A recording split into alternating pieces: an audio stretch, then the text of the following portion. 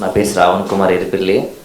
నేను ఉమ్మడి విశాఖపట్నం జిల్లాలో రాంబిల్లి మండలం వాడి నరసాపురం గ్రామానికి చెందినటువంటి ఒక గ్రామం వాడినన్న. మాది మత్తిగారి కుటుంబం. చేపలు పట్టుకొని మా అమ్మ నాన్నని పెంచారు, చదివించారు కూడా గవర్నమెంట్ స్కూల్లో.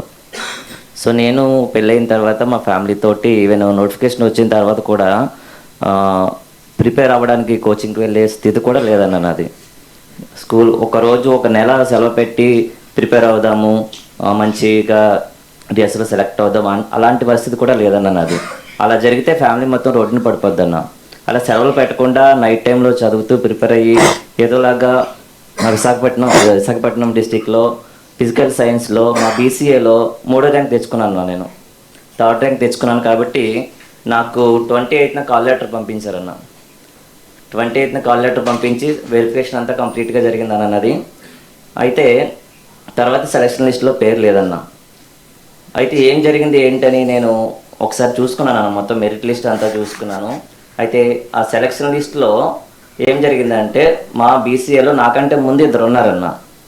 ఒకరు 10th ర్యాంకులో ఉన్నారన్న, ఇంకొకరు 31st ర్యాంకులో ఉన్నారన్న. నేను 53 ర్యాంకులో ఉన్నాను ఓవరాల్ మెరిట్ లిస్ట్లో.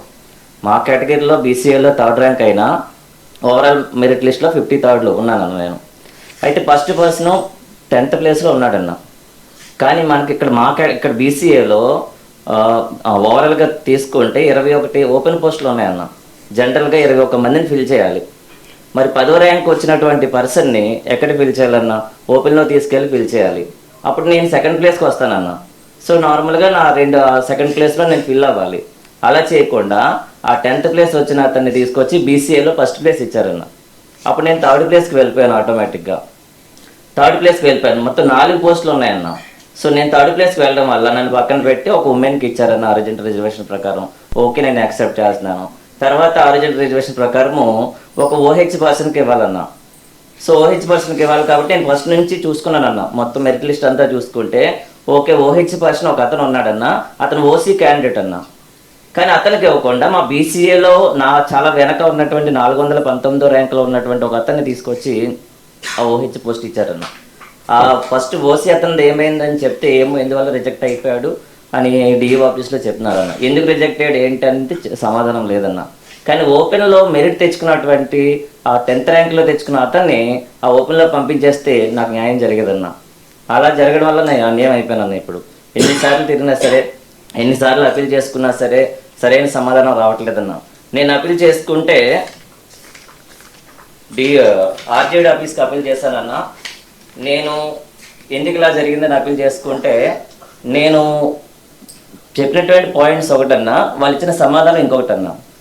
నేను ఎందుకు నాకు పోయింది ఆ ఫస్ట్ పర్సన్కి ఎందుకు ఇలా చేస్తారని అడిగితే వీళ్ళు ఎవరో స్పోర్ట్స్ కేటగిరీ ఒక అమ్మాయి పేరు మెన్షన్ చేసి ఆ అమ్మాయి శాప్ ఇదంతా కరెక్ట్గా ఉంది, ఆ అమ్మాయికి పోస్ట్ వెళ్ళిపోయిందని ఇచ్చారన్న. నేను అసలు స్పోర్ట్స్ పర్సన్కి నాకు సంబంధం ఏముందన్న?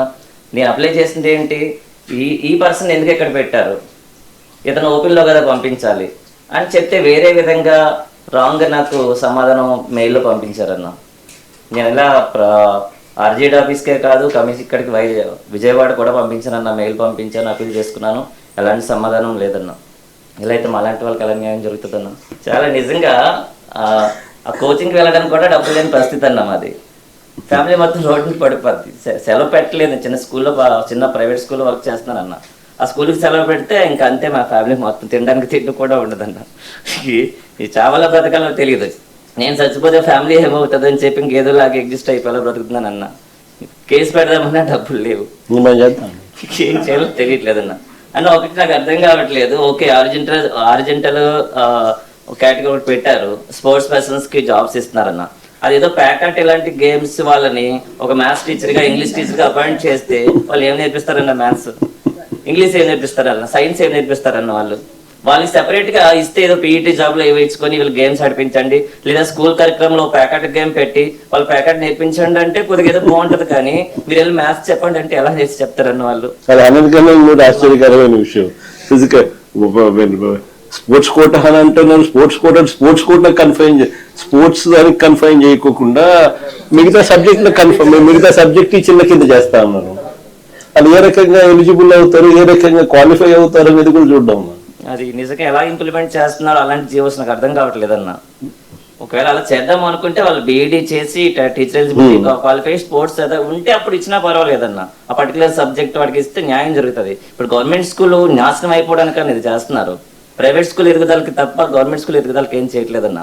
ఇలాంటి వాళ్ళందరూ వస్తే ఆ ప్యాకెట్ అతను ప్యాకెట్ నేర్పిస్తాడు, వేరే గేమ్ అతను అదే నేర్పిస్తాడు తప్ప మ్యాథ్స్ సైన్స్ ఇంగ్లీష్ ఎలా వస్తుందన్న వాళ్ళకి.